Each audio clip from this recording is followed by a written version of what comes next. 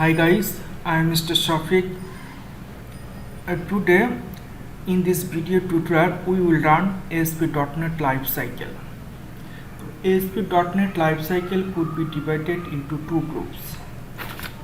The page life cycle events.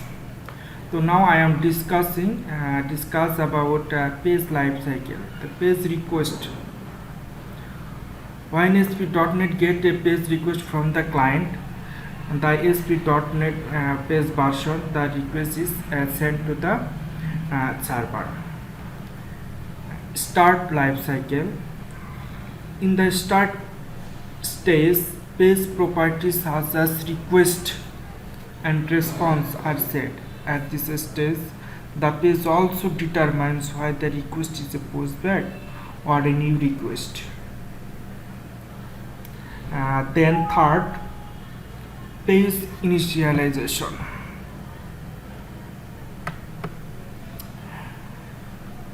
At this stage, controls on the page are available and each control's unique ID property is set. A master page and themes are also applied to the page.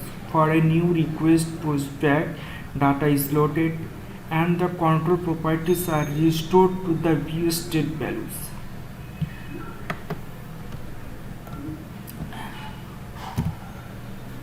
Page load. Control properties are loaded with information recovered from view state and control state.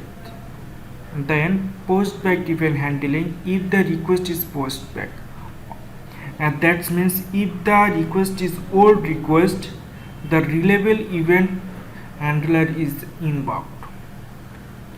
Then page rendering.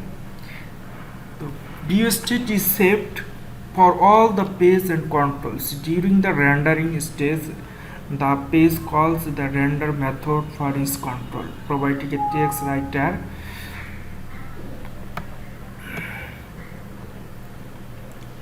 Page response property.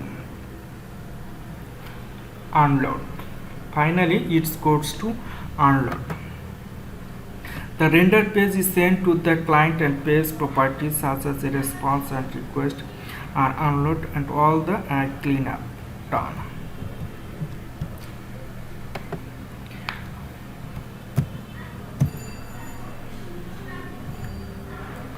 Now I am discussing life cycle events.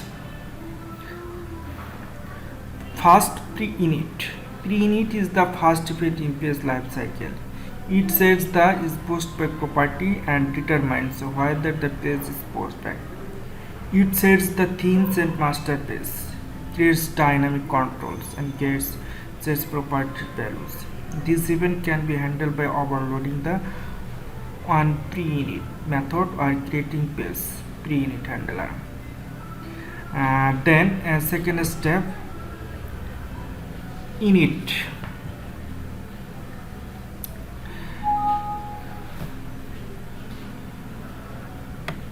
Sorry, it have color as disturbing me. Then it's init. Init event initializes the control property and the control tree is built. The event can be handled by overloading the one init method or creating a page init handler. Then init complete. Init complete event allows tracking of view state. All the controls turn on view state tracking. Then load view state. Load view state event allows loading view state information into the controls. Load post data. During this stage,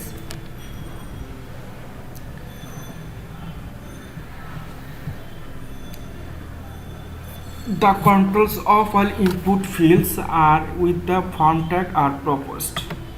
Then preload. Preload controls before the postback data is loaded into the controls. This event can be handled by overloading the preload method or creating page preload handler. Then load. The load event is raised for the page first and then recursively for all side controls. The controls in the control tree are created. The event can be handled by overloading the onload method or creating a page load handler. Then load complete. After the load event complete, then stage the load complete. The load process is completed. Control event handlers are run and page installation likes place. This event can be handled by overloading the onload complete method or creating a page load complete handler. Then pre-render. The pre-render event control just before the output is rendered. By handling this event, page and controls can perform any updates before the output is rendered.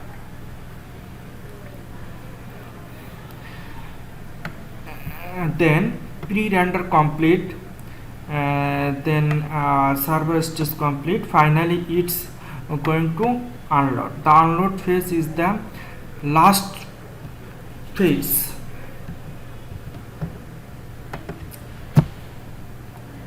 Unloading. The unload phase is the last phase of the page life cycle. It raises the unload event for all controls recursively and lastly for the page itself. Final cleanup is done and all the resource and reference such as database connections are freed. This event can be handled by modifying the onload method or creating a ASP.NET onload handler.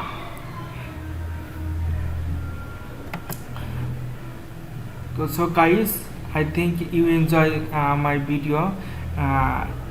Next tutorial I will discuss ASP.NET text box control.